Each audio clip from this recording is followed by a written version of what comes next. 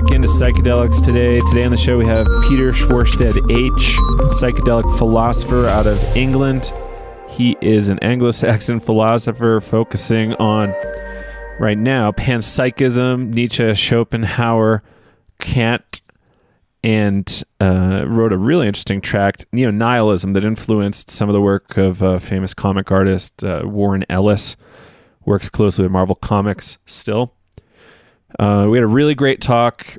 Peter being a philosophy guy and me having an undergrad in it made me a little jealous, but we got through it. We had a lot of fun.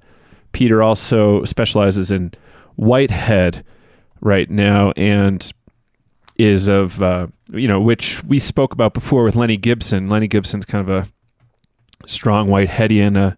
Peter mentions in the episode that Lenny may have been one of the first people to write about LSD and Whitehead and how Whitehead can give a lot of context to the psychedelic experience.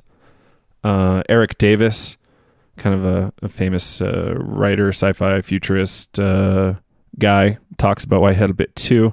And Terence McKenna, I think, said he was the most psychedelic of the philosophers. So pretty cool that we got to get into that with Peter. I really appreciated the talk and had a great time talking to him. I think we'll have Peter on the show again in the near future because, as you can probably tell by listening to the show in the next hour of your life, you'll see that we barely scratched the surface. We could go a lot deeper with him. So that's it for the intro. I hope you really enjoy it. We have a lot of show notes on the website, so check that out.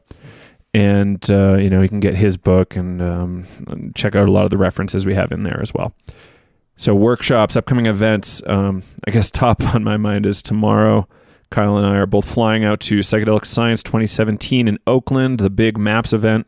Apparently the largest ever gathering around psychedelic science ever. So that should be really cool. It's right in downtown Oakland, and I'm really excited to meet a lot of the people we've had on the show.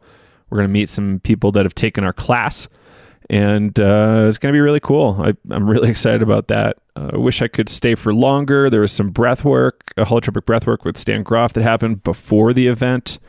Really a little jealous of the people that got to do that. Someday I'll be rich and we can do that, but, who knows. Other stuff. We have some real world workshops going on. I have a couple coming up. The first transpersonal breathwork workshop I have is on May 21 in Breckenridge, Colorado. Also June 4, July 8, and August 8 in Breckenridge, Colorado. So that should be really cool. We have a interesting event. First one I've ever done like this. We're going to kind of do a mashup in Lyons, Colorado. Lyons is a little north of Boulder, a little north of Denver. It's kind of at the bottom of a canyon that would lead you to Rocky Mountain National Park. Beautiful drive up that canyon. That workshop is going to be in June 23 through 25. So kind of a weekend thing. We've got a really cool house that can sleep 15. I'm probably going to camp outside. Others probably could too. So we have sound healing, Ayurveda, hiking, river and fire, ceremony, yoga, and meditation. So we have a different form of breath work with my friend Lindsay. It's called conscious breath work, similar to rebirthing in a number of ways. And Reichi Ma, who runs this really interesting project called Ganjasana Plant Medicine. So it'll be kind of marijuana-influenced yoga, some talk about permaculture and community building. Just really the focus of this event is breathwork, yoga, healing, and we're calling it Back to Balance because, we'll be about halfway through the year at that point, and why not get back to balance for the second half of the year? So check it out. Website for that is innerlightrevival.com. Feel free to reach out again if you have any questions on that. Not totally sure Kyle has any workshops in the books, but he will be doing some stuff in Vermont with Lenny Elizabeth Gibson at Dream Shadow, May 19 through 21, I think. They also have some dates, July 7 through 9, August 18 through 23. Feel free to reach out if you have any questions about that, or you can check out the workshop at dreamshadow.com. Our friends over at Boston Holotropic also have some events coming up April 21 and 22 and June 2 and 3. I think the April events are in Maine. So if you're from that area, check it out, or maybe travel over there. Beautiful locations, typically on the Maine coast. I'm never disappointed. And last but not least is our psychedelic self-care and integration class. I think we need a better name for that, something a little buzzier. But the essence of the class is that we have a lot of opportunities for growth, and there's definitely a possible situation that could come up in psychedelic sessions or drug sessions, recreational or otherwise, that could put you at risk legally or health-wise. And we want to give you the training you need to help yourself and your friends have a safe experience, because, you know, DARE didn't work. It's festival season. Some of you are probably going to be doing drugs. So get the knowledge you need from us. We'll really help you there. And we have the whole thing recorded online, ready to go in a really cool format using the Teachable platform, which is a great e-learning platform. You can comment there, ask questions on our secret Facebook group that we'll invite you to if you join up. So if you want to check that out, check us out, psychedelicstoday.com. Thank you all for listening. We really appreciate you tuning in. We're at I think we're almost to 50,000 downloads, and it's all because you guys keep telling your friends about it and sharing the love. Really appreciate you guys doing that. And if you want to support us, check out one of our workshops, tell your friends about the show, maybe give us an iTunes review or Stitcher review or something. Just post it on your wall. Anyway, I hope you guys really enjoy this episode. Peter's great, super smart. We have a lot of laughs in the show.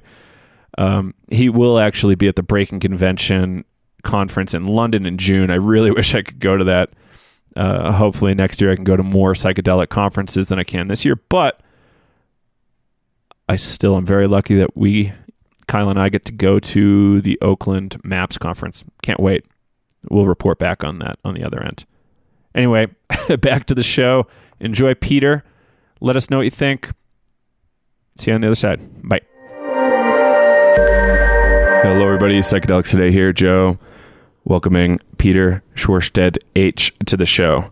Thanks for joining us, Peter. You're welcome. It really is a pleasure to be here. So today on the show, we have a different angle. Typically, we talk to doctors or people doing kind of clinical work. Peter is actually a philosopher and has an interesting angle, kind of a Nietzschean, Schopenhauer, Whiteheadian approach to psychedelics and philosophy, and really excited to talk to him today. And Peter, so I wanted to kind of dig in and I think first thing, ask how or why did psychedelics really grab your attention? Okay. Well, I was sort of a classic atheist, in my 20s, sort of Richard Dawkins reader, so on and so forth. And I was teaching philosophy in a college in London, and part of that was philosophy of religion, and part of that was teaching arguments for the existence of God and, different realms generally. But all the arguments seemed to fail on logical grounds, but there was one reason for believing in God or the afterlife, which was the argument from experience. And it wasn't based on logic, so you couldn't really use logic against it so much. So I was always interested in that. And then I related to that, I started reading William James, The Varieties of Religious Experience. And he talks about, he sort of equates the mystical state with chemically induced states. So he talks about nitrous oxide, ether, alcohol even, alcohol as the beginning of the mystical state, in fact. So that piqued my interest more. And that was in London, but my family home is in Cornwall in the UK. And one holiday term, I was walking a field with my brother, and he told me, look, I think these are little magic mushrooms here. And I was like, really? Okay, so maybe I could really link this to my studies or my teaching somehow. That was the excuse. And I picked, there was many, never found so many ever again, but I picked quite a few. I took them home. I sort of made sure they weren't poisonous or whatever. I didn't know much about the mushrooms at all, really. Anyway, did some research on it, took them back to London, and then I tried a small dose, what you'd probably call a microdose today, just to make sure that I wouldn't die or something. And then I a week later I took a heavy dose, relatively heavy dose of they were Liberty caps, and it sort of changed me quite a lot. I mean, immediately, one thing, I mean, I'm mostly interested in the philosophy of mind rather than the philosophy of religion. So one thing it immediately did was to show me directly how powerful the mind can be. People who have not taken these things or done something analogous like breathwork or whatever, I think they just don't know the power of the mind. Mm-hmm. So that was the first thing. And then that immediately hooks you in and makes you want to look into it more.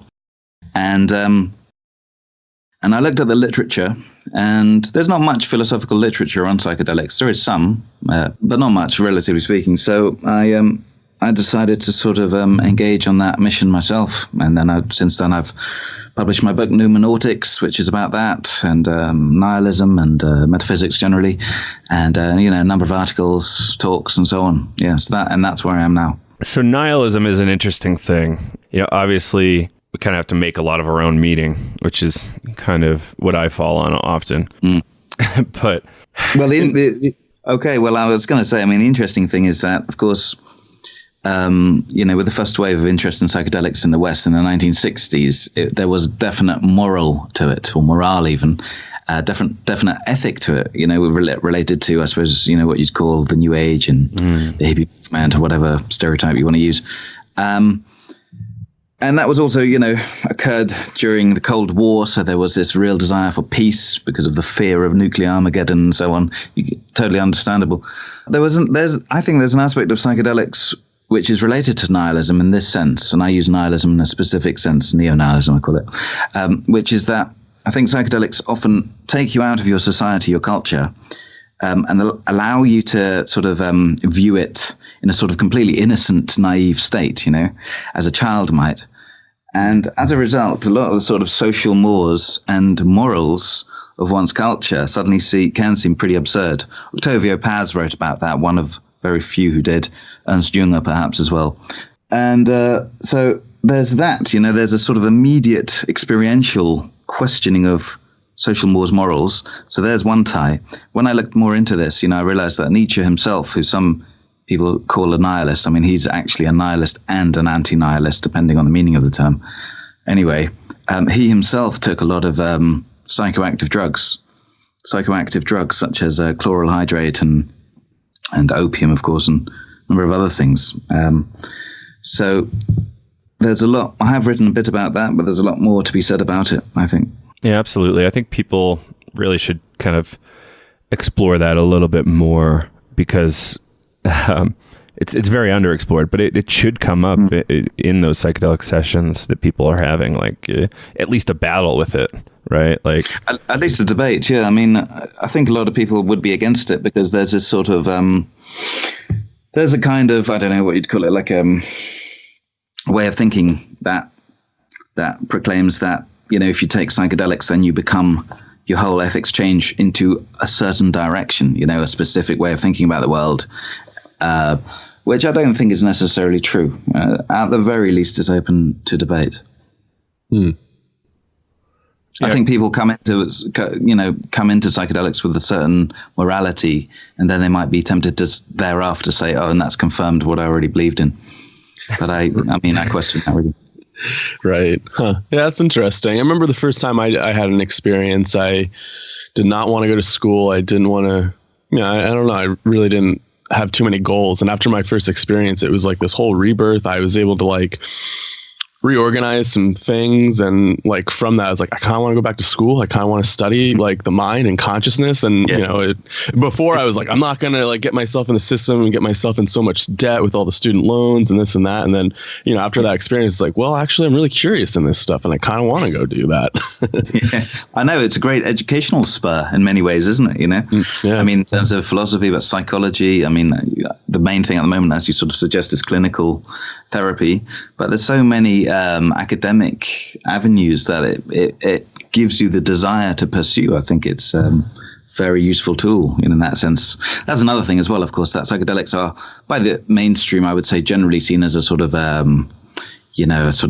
slightly criminal activity linked to slackers, whatever you call it, and so on and so forth. I think this is a terrible misunderstanding. And if you look at the history of psychedelia, I mean, you just have to go back pre-60s to Aldous Huxley, and what's he called, William James, as I say, and others, to realize that there's a very interesting academic pursuit to be followed. And there was this blog I think you wrote for Higher Existence, and you had all sorts of really cool citations giving some really cool historical relevance to the psychedelic project. I think quoting Plato a couple times, like trying to follow the Dionysian mystic path. It was very literally the case that it looked like he was trying to be a Dionysian in that passage, at least. Yeah, I mean, you can say it's out of context, but there's the point of that article. I think it was called "The Psychedelic Influence on Philosophy." I think it was renamed by Higher Existence to something like the hidden psychedelic history of philosophy, something like that. But it was. But I mean, it's really just a list to show, look, these great thinkers of the past sometimes definitely, in Plato's case, probably took what we'd today call psychedelics. How did that inspire them in any way?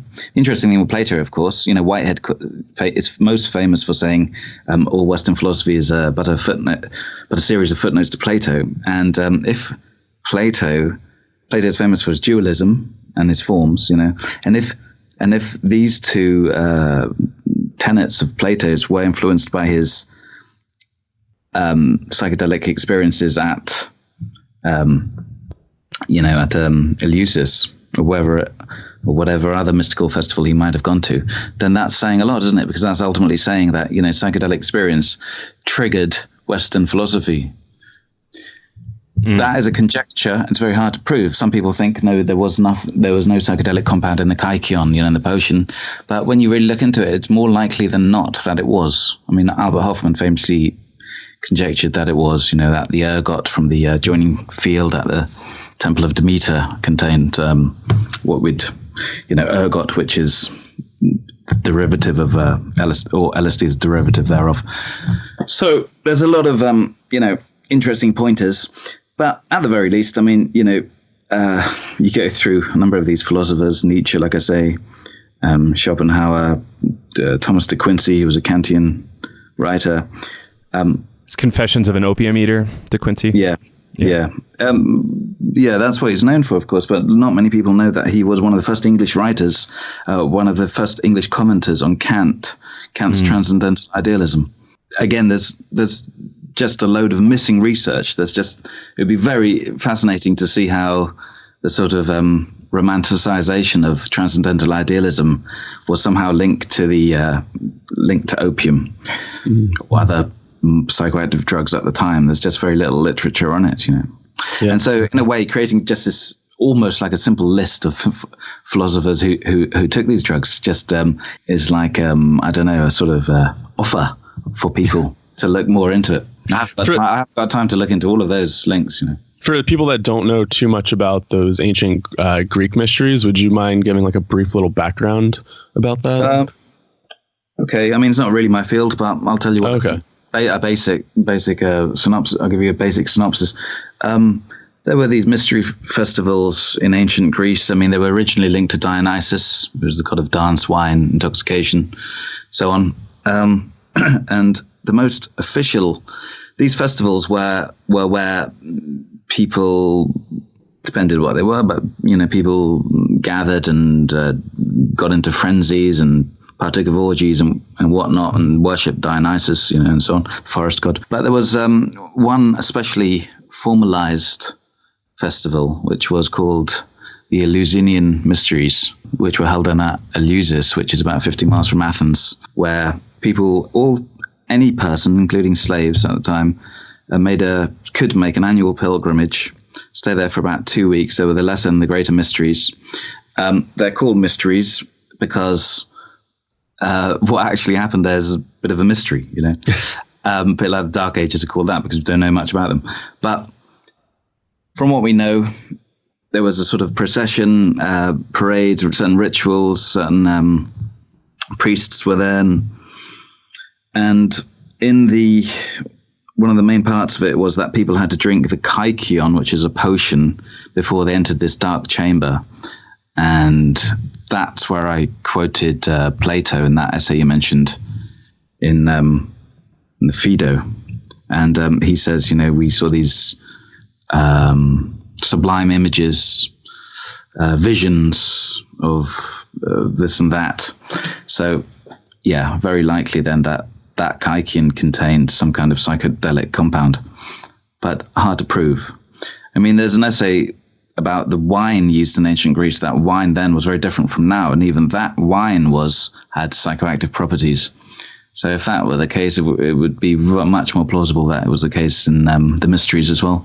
Right. Yeah. Because then you're also getting into like the plant medicine aspect, because their fermentation was a little bit different. Yeah. And they were including all these other plants into their wine mixtures. And so you don't really know what type of effects those really have. Yeah, exactly. And especially, when you consider it happened 2,500 years ago and beyond. So you can only speculate. In terms of what's more plausible, I think it's more plausible that it was somehow psychoactive. Mm-hmm. It's very interesting, and kind of makes a lot of sense if you look at like the history of even not Greek, but more European, Northern European traditions, where we have a pretty strong record that psychoactive plants were used for very long periods of time. So it's really not that outlandish of a theory. No, I mean, they found in Denmark, they found these burials of what we'd call witches today. They had cannabis seeds in their sachets and so on. Didn't want to use the W word, but yes, witches. Yeah, absolutely. Or whatever, sorceresses then, or whatever you call it. But, what did the Danes call them? I don't know. That's a good question. But anyway, whatever they were called, they had cannabis seeds. Yeah, yes, you're quite right, I think. And also, Viking beer was apparently psychoactive. Henbane and so on. With it, I believe. But again, it's a bit out of my field, so I don't want to say too much about that. Hear that? Yep, absolutely. So let's dig into this is always tough. How about this? Why do you feel that philosophy is important for the psychedelic world, or for philosophy of mind even? Like why do you think it's relevant that we should know about that, or like be exploring that stuff? Well, there's a number of reasons. One of the prominent ones, I suppose, is this, that we don't, when I say we, I mean humans, do not understand how mind and matter are related. So, it's commonly called today the hard problem of consciousness. Before that, it was known as the explanatory gap. But, like hundreds of years ago, like Leibniz spoke of it, called it, it's known as Leibniz's mill. The ultimate point is this, that doesn't matter how complex the matter is that is correlated to mental states, no matter the complexity, we still don't know how things that move, like neurons, the sort of pulses and axons and whatever, no matter how much we know that and how well we know that certain parts of the brain are correlated with certain mental states like happiness or sadness or whatever, we still don't know why they are correlated. And that's a big mystery. That's, very well known in philosophy, like I say, for hundreds of years. But I don't think it's generally understood in the wider world. And when you see a lot of presentations at psychedelic conferences, like, we've done these brain scans on LSD, and we see this area here is activated or deactivated during psychedelic intake. What kind of explanation is that really?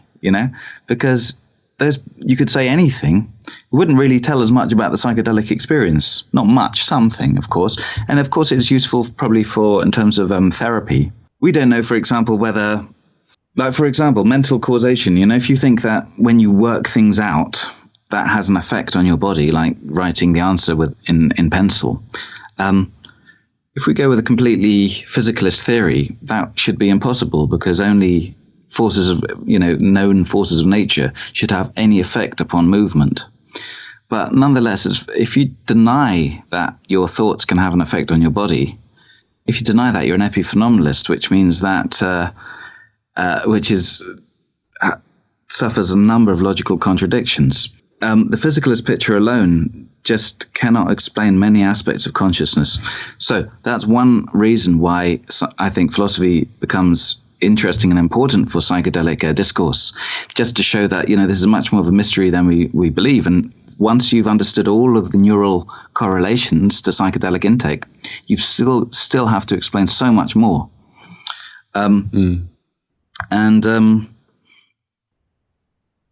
So that's one reason why I think it's very important. Secondly, I mean, in philosophy, there's something called universal realism, which is from Plato again, theory of the forms. If you know it, that there exists these ideal, not ideas because they're not temporal, but these ideas, let's say sort of non-temporal ideas of everything, like the color red or the feeling of happiness. Bertrand Russell, for example, Whitehead, a number of other thinkers, Santayana, not to mention Plato, argue that this is real. There's a sort of a non-spatio-temporal realm which must contain these forms. Now, one of my latest essays on Whitehead and psychedelic phenomenology, looked into that and said maybe the psychedelic experience gives us more of a taste of this realm of forms, for example. This is something, again, that, you could not discuss in purely neuroscientific terms. In terms of philosophy of religion, it's very important. I mean, that's sort of how I got into it. Like I said, the mystical state, which is a massive part of philosophy, religion, theology, perhaps everyone can partake of this by simply ingesting certain molecules or whatever other method you have. What does that add to the discourse? So, so many, and not to mention political philosophy, what's the point of the law? Should these things be prohibited? So on and so forth, and ethics as well, and meta-ethics, as I've mentioned. I think there's a budding at the moment. There's going to be a massive field of psychedelic philosophy soon, when people really get into the logic of the matter, not just the sort of empirical data of the matter. Well, that's my belief and that's my hope. Maybe it will never happen, but we'll see. Time will tell. So I see a handful of people working seriously on philosophy and psychedelics, like you are, Lenny Gibson being one. And it seems that Whitehead is a really useful framework for talking about a lot of this stuff, just because, like you said earlier, it's kind of a iterated Platonic philosophy. It's modern years later. Plato. Sorry. Yeah, go right ahead. No, I mean, Whitehead does provide a massive system, his own metaphysics, really. Which is just explains so much with regard to all these other problems, like the explanatory gap. And it's so inspiring because it's so, in one sense, it's Platonism, but it's so much more than that, really, that you shouldn't really call it. One aspect of Whitehead is Platonism, the eternal objects, I should say that. But there's other aspects, like his actual entities and so on, and prehensions, that are very radical, but under that system, one can look at psychedelic experience and just gain a number of new insights that you wouldn't in a normal metaphysical system. And of course, I think everyone has a metaphysical system. The common one today is, some kind of general materialism, which is not really thought out. It's just sort of the easy thing since Descartes. But there are so many cul-de-sacs. There are so many problems with that theory, really, like mental causation being one of them, as I mentioned, that ultimately, let me restate it. Materialism or physicalism has been very useful in the modern age because it has led to technology, medicine, weapons, and so on. But it is a system, metaphysical system, that has reached a cul-de-sac. This hard problem of consciousness, although it's always there, people cannot go over that through that framework. So therefore, the only solution to these massive problems has to be something radical. Whitehead offers something radical, which does seem to resolve many of these issues. So that's why I've sort of, from all of the philosophy I've read, really, his ultimately makes the most sense to me. But so as a result, I think, that's a useful tool to look at psychedelics within. And that's really why I've got there. Of course, there are links from William James to Whitehead.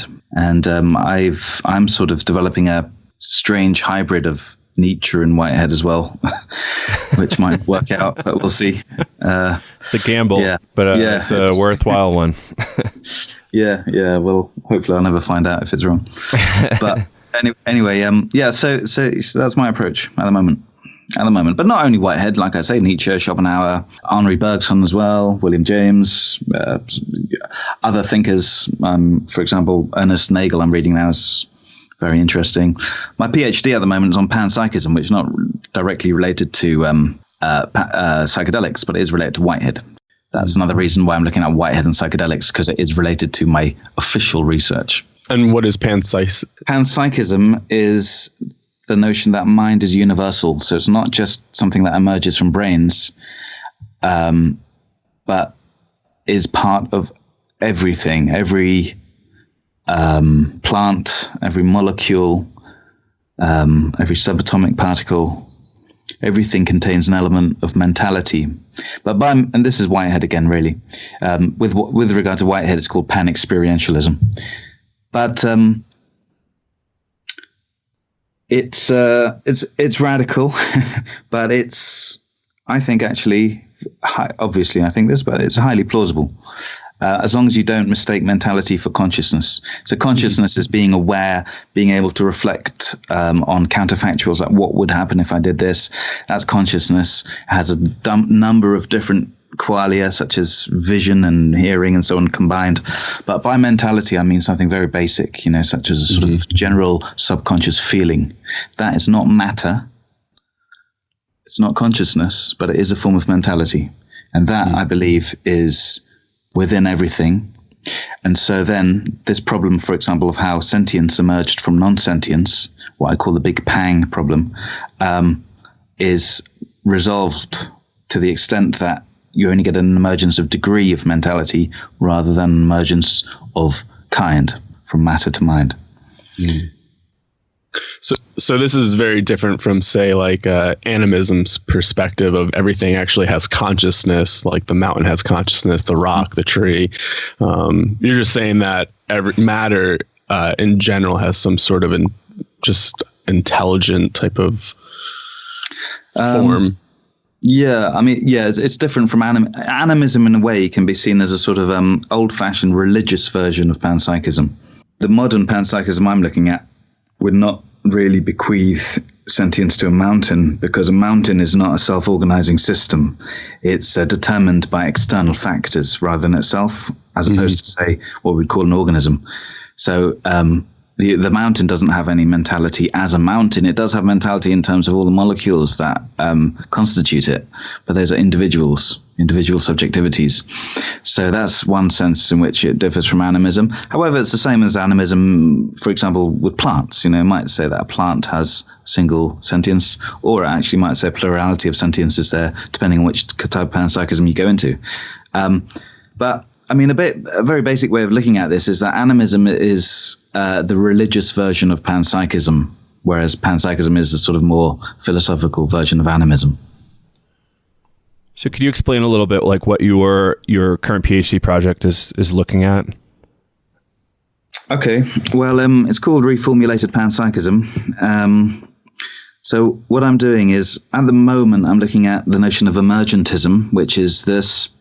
Jae-Gwon Kim, a philosopher of mind, says this is the default position since the 1970s, that somehow the mind emerges from complex systems of matter, i.e. the brain. Not necessarily the brain. It could also be possibly in the future, computer circuit, or some alien kind of brain, which we might not define as a brain, but it comes from some organized physiological, organized material system.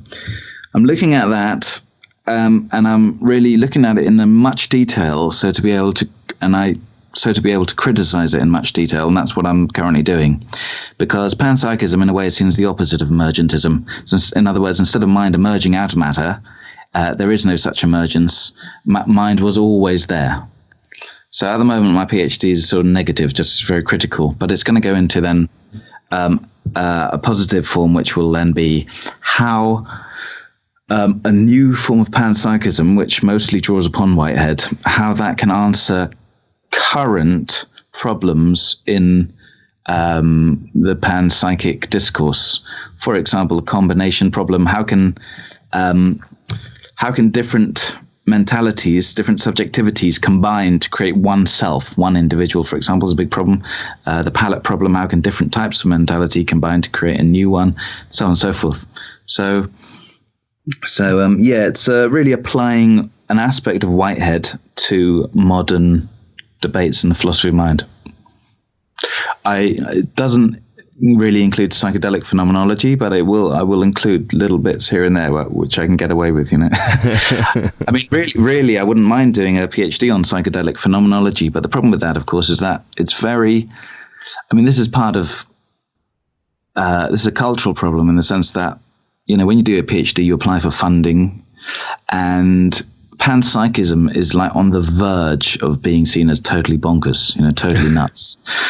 So if I were to introduce a psychedelic element, then there'd be absolutely no chance of funding, and very little chance of even getting a place at university to study it. There would be very few supervised. This is another interesting thing, because there is so little philosophical literature on panpsychism. Someone who's doing research, postgraduate research, PhD student, there's not much to research, in terms of literature. Therefore, it's a real risk to do a PhD based on that. So I think hopefully in the future, and I know this is part of your mission, hopefully when psychedelics have become, have lost their criminal and negative connotations, there'll be much more academic freedom but we're not there yet. In practical terms, we're not there yet. I know some people who have done PhDs on psychedelics, but they're few and far between. You kind of have to go to some fringe schools to do it. And it's a little tough, but when you're finished, I think you could be kind of a gateway. Yeah, well, hopefully, yeah. At least there'll be something to talk about, Absolutely. I shouldn't say that really. There are a lot of, there's always William James, as I say. Aldous Huxley was he wasn't really a proper philosopher because he was more of a sort of, literary writer. Not to demean him in any way. I think he's wonderful, but nonetheless. The same way Nietzsche was, it's very similar kind of. To an extent, it's inspirational writing, which rather than, depends how you understand philosophy really, but if you understand philosophy in an analytic sense, then they're not really philosophers. I don't look at philosophy that way, by the way, but some people do. And those people often have their money on their fingers on the money, So that's just the way it is. You have to deal with it. So you've done some writing or speculation about transhumanism, is that right? I haven't done much writing on it yet, but I have thought about it. My supervisor at the moment in Exeter University, he has published a number of books called Michael Housekiller. He's published a number of books on transhumanism, mostly critical. So through him, I've sort of really got interested in it. There's also the Nietzschean element of transhumanism. Nietzsche is seen as an inspiration to a lot of the modern transhumanist thinkers. And I've written a lot about Nietzsche, and so there's this strong interest. But also now, I will write soon an article about psychedelic transhumanism. It's something I just made up. But bear with me. It's why not? Yeah, there's all this. One of the main things at the moment, of course, is microdosing. Yeah, right. And I might have accidentally done it once, as I say, but I don't regularly do it at all. But, a lot of my friends say, it really works. I think there needs to be more studies out to prove that, because it could be a placebo thing, You might believe this is going to make my day great, and then you might think to yourself, I'm feeling great now because I took this, but actually it's not the substance. I don't know. But let's assume that it has got an effect. Then it's a nootropic, like a smart drug, it seems. And of course, smart drugs, nootropics, are very much related to transhumanism. Yes. It's a big aspect of their thought. So therefore, one can immediately then link psychedelics to transhumanism that way, as smart drugs. But then the interesting thing happens here in terms of culture, demographics, which is that smart drugs are used by the military. Like the US Air Force use modafinil, right? What if they really did discover that, microdosing on LSD, say, had these amazing effects on your cognition? would then the military be interested in, microdosing their soldiers? If they did, what a massive sea change there would be on the general perception upon psychedelics then, away from this peace-loving, mystical thing to something militaristic.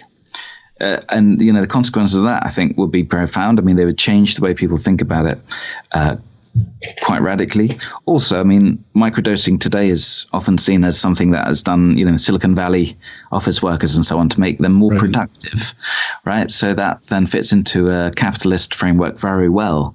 And again, to generalize, but in the 60s, 70s and so on, or 60s and 70s, this capitalist framework was seen as something to be destroyed, taken over, revolution, and that psychedelics would trigger that revolution. So it's an interesting developments could occur with this microdosing, I think. Yeah, and that's interesting to go back to that point that psychedelics foster some sort of push against the culture, and then you have some of these people out in Silicon Valley really having a big influence on the culture that have pretty open use with psychedelics, or even looking at Steve Jobs, he talked about his LSD experience, and iPhones in everybody's hands nowadays. So he is the culture in some sense. Yes. And I think it's very, very useful when people realize the inspiration that these substances can have upon, things we use every day here in the West, or in the world, in fact. They're extremely useful, and they're extremely inspiring. They're extremely educational, as we spoke of at the beginning. And they're not particularly dangerous. So it's just sort of crazy that they're prohibited in most lands. I just finished reading this complete history of LSD, and it was called Acid Dreams, and it starts with the whole CIA thing, and then it ends with how depoliticized these substances are now, and just like you said, Peter, this the use or the kind of very particular subculture would define what they are useful for. Is it capitalism or war or what, or peace or therapy or whatever? It's very fascinating. And in terms of drugs accelerating transhumanism, it's totally relevant. And I think I heard you mention something about, we don't even know what kind of new molecules could come out just based on these brain scans that were released from the UK recently. Well, I think, like I say, the future is unknown. I mean, it's an undiscovered country here. So many things could happen. I think there seems to be a fastening change here. It's really unpredictable. Really unpredictable. I think psychedelics will be decriminalized in Europe, most European countries, probably within 20 years. Cool. But at the same time, obviously, if you take a macro dose of psychedelics,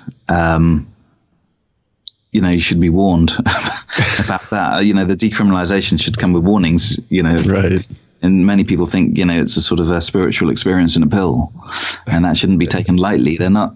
I mean, another thing I would like to happen is for people to see psychedelics as not really as a drug, because when you call them a drug, you compare it to cocaine, heroin, and so on. They're so different from these.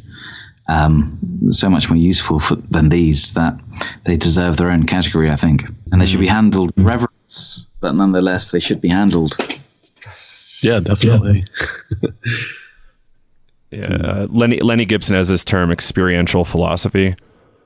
Right. Which I think is kind of helpful in terms of how do we contextualize this stuff, or breathwork even. And, perhaps it is the purview of philosophy departments. I mean, of all departments, you'd think so, yeah. Right. There's this other Swedish, I mean, I'm half Swedish, half British, but there's this Swedish guy who died a few years ago called Patrick Lundberg, who wrote about psychedelic philosophy. And his idea was that we shouldn't start with philosophy and try to interpret the psychedelic experience that way, but rather the psychedelic experience should inform the philosophy that might come out of it, which is an interesting thought, because even as I'm doing, I'm looking at psychedelics through a Whiteheadian lens, really. But I wonder if it's possible for psychedelics themselves to offer a new philosophy. Maybe. I don't know. Again, there's research to be done here. Absolutely. In a sense, it looked like Whitehead was kind of almost enraptured while writing a number of times, just based on stories from Russell or whoever saw him writing. Yeah. So that's right. Yeah, just in rapture writing for 8 hours plus. One of those, you get into the zone of creativity. And Schopenhauer actually wrote in regard to psychedelics, he said, and that was in the essay I wrote, for creativity, there's a perfect amount of wine or opium that can be taken, but take too much and you lose it all, you're uncreative. So I think, again, with microdosing, maybe that could help, art and writing and mathematics or whatever. Yeah. I mean, the interesting thing with nootropics is that I think the Chess Federation have just banned modafinil. They've discovered that Finally. They discovered that people on modafinil are like 15% better at chess. I don't know how they worked that out, but they did somehow. So it's like drug cheating in physical sports. So, but you think in academia, at least, surely it's a good thing if people are 15% better at, working out how to cure cancer or something like this. Right. Surely that's a better thing. But then there are other people who say, well, it's cheating and you should be banned as well, And so that's currently a debate in nootropics, smart drugs. But then with microdosing, how will that, come into that debate? I mean, if it's seen as a smart drug, then there'll be even more reason to ban it. I find it really interesting when these things are banned from science, or people at least shun it. Like, is it really that bad to have better scientists or better researchers or whatever? But it's all.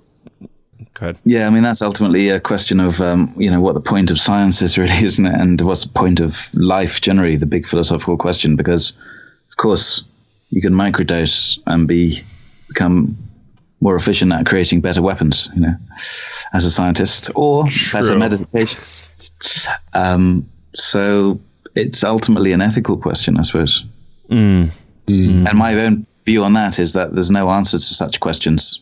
That you can't say this is the right way to live and pursue your life. It's ultimately there's no arbiter there. Right. And I think that's something that the West really hasn't dealt with yet. And I think we're on the verge of having to deal with it. But do you see any kind of resurgence in philosophy in the West at all? Or do you think it's just going to keep growing smaller? I saw my philosophy department canceled at my university. Oh, did you? Kind of sad. But yeah. It's in university. I mean, generally, universities here, in Britain, terrible things have happened. I mean, I was the last year to receive a grant from the government to study. Now, then that grant was lost. But now students have to pay £9,000 a year or so to study, just the fees, not to mention, accommodation, food and whatever, so they come out of their course and they're like £50,000 in debt or whatever it may be. So that puts a lot of people off. Also, another aspect about universities is that they are somewhat redundant compared to a few decades ago with the internet. You get so many lectures online and email people quickly, and instead of a library, you have your e-library. You can quickly get what you're looking for. So what really is the point of a university? I think, there are benefits, of course. You can speak to your experts on certain subjects in person. You can hang around with people who share the same interests and discuss these philosophical whatever themes in the pub and so on. That's a massive benefit. But does that benefit justify £50,000 in 3 years? That's questionable. I'm going through this right now. I'm doing an online program, like a low residency master's program. And that's one thing that gets to me. It's like paying all this money, but not having interactions all the time with my teacher. I'm doing a lot of like independent learning. And then, this project really just helps my mind going in the psychedelic world, which is great.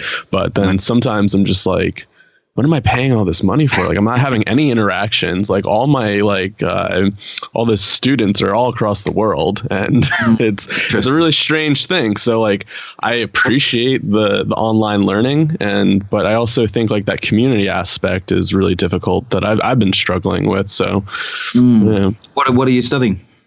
Clinical mental health counseling and somatic psychology. All right. Yeah. Yeah. Well, especially in that field, you think face-to-face discussion would be useful, but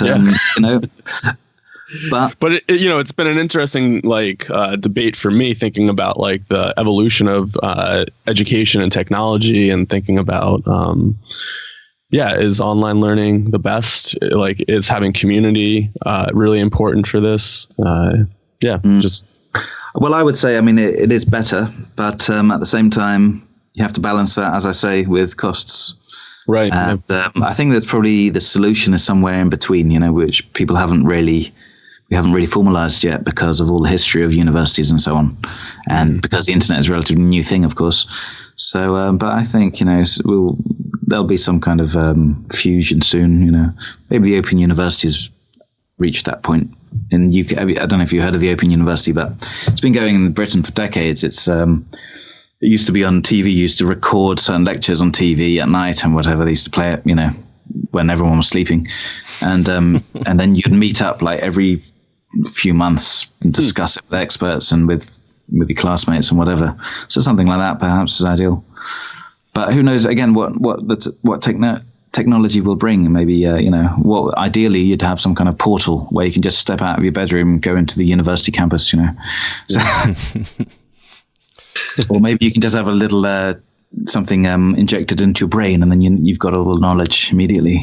Yeah. Well, it's been kind of cool. Joe and I put on an integration course, and we've put this course up on Teachable, and we ran two versions. One was like a pre-recorded, so people can do it on their own time. But then I had a really fun time doing the live one where we're having face-to-face interactions. I think that's really helpful, which probably helps foster their community and human connection. I suppose people are experimenting with different methods now. Yeah. What you're doing now, podcasts, of course, are in a way an education. Well, definitely an educational tool. Many like yours are. A number of others are, of course. So that's again, helps students understand, or people generally understand, current issues, whatever it may be, or historic issues. As much as I want to keep this particular conversation going, I just had a bug in my mind about Warren Ellis, and I'm really interested if you could talk about, or what you could share about that project. I wrote a number of years ago a little text called Neo-Nihilism, where I thought I'm going to experiment with a new style of writing, which is really harsh, hyperbole, based on like Nietzsche and Ragnar Redbeard and other writers like Emerson, perhaps. Something powerful, inspirational, not how I normally speak at all, not how I normally write, but, just experiment with it. And I did. I was teaching Nietzsche's book, Beyond Good and Evil. I had been teaching it for 6 years at that point. So I sort of distilled the elements of that into the book, and I combined it with a bit of Schopenhauer, who's a little bit more philosophical in a logical sense, combined it with a tiny bit of Hume. And I wrote it just as an experiment to get my thoughts down, really. And then, interestingly, someone came to me and said, "Hey, do you know how to put books online, like as an ebook?" And I said, I don't, but I'll look into it, actually. It's an interesting thing. So I did, and I just experimented and put my neo-nihilist text as an ebook on Amazon. I had to convert it into certain files and whatnot. Anyway, there it was, and I left it. And it started to sell, a little bit here and there, and I thought, that's great. And then one day, massive spike in sales. I'm like, wow, what's happened here?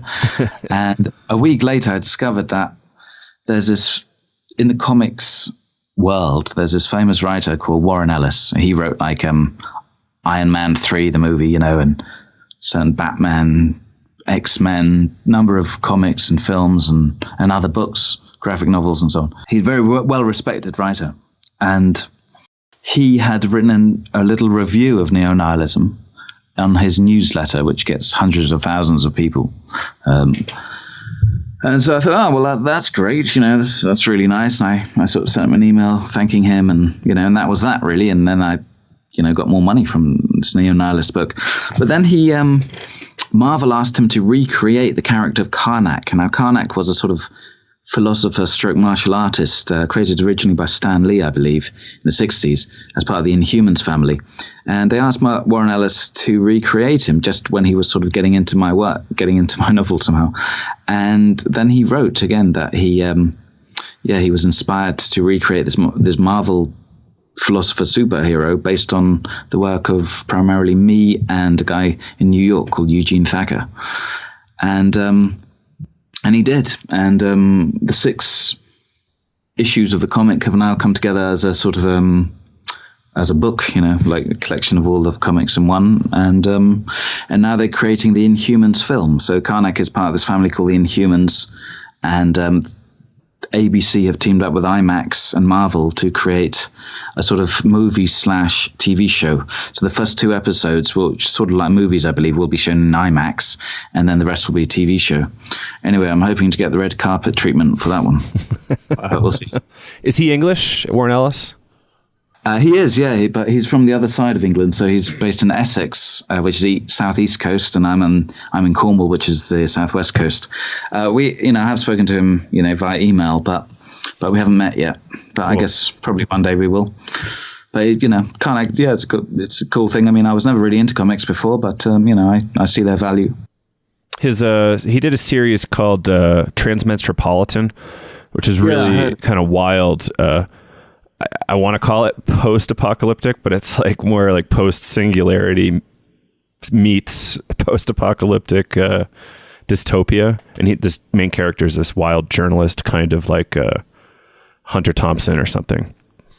Fascinating and worth it if you are into comics at all.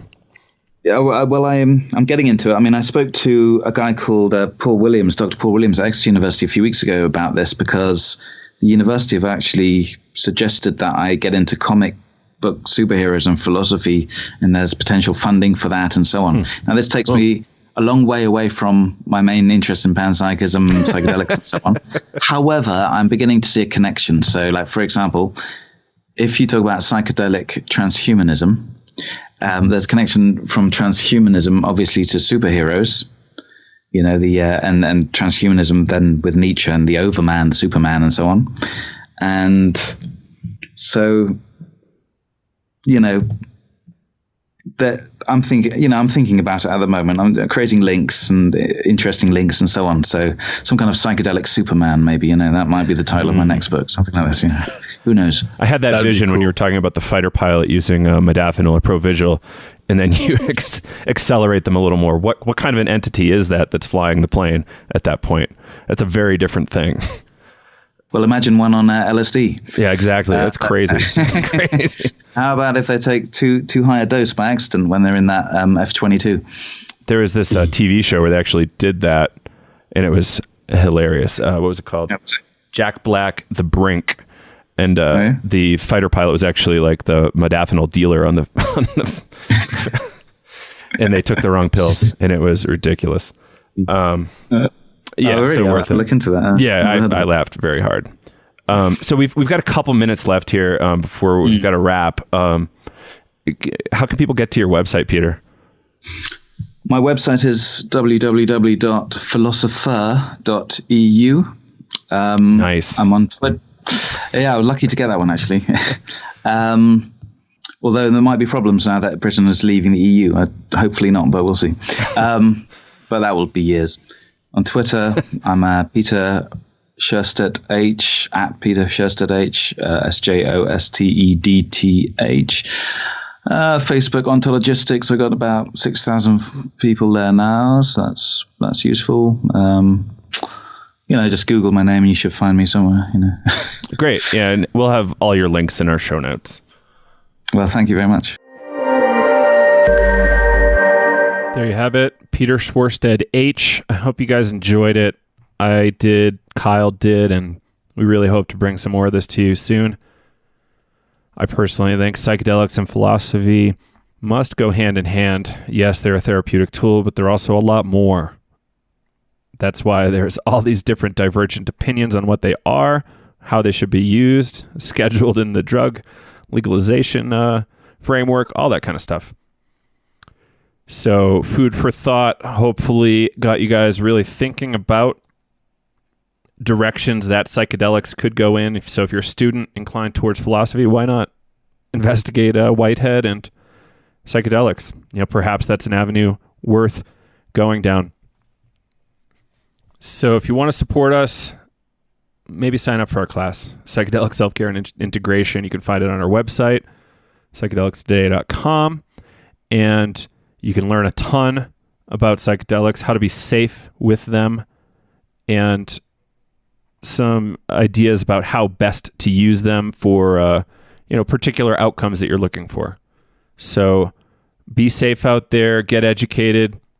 One thing I heard recently was if you can afford to ingest, you can afford to test. There was recently a batch of I think it was cocaine going around laced with fentanyl, which is a very powerful opioid that's killing a lot of folks just because the dosage is so huge. And if they tested, they could have found that out. It's tainted. And people wouldn't have died. So test, and be safe. Take risks, but calculated ones. So again, thanks for tuning in, and we really appreciate you guys checking us out. Tell your friends. Take care. Bye-bye.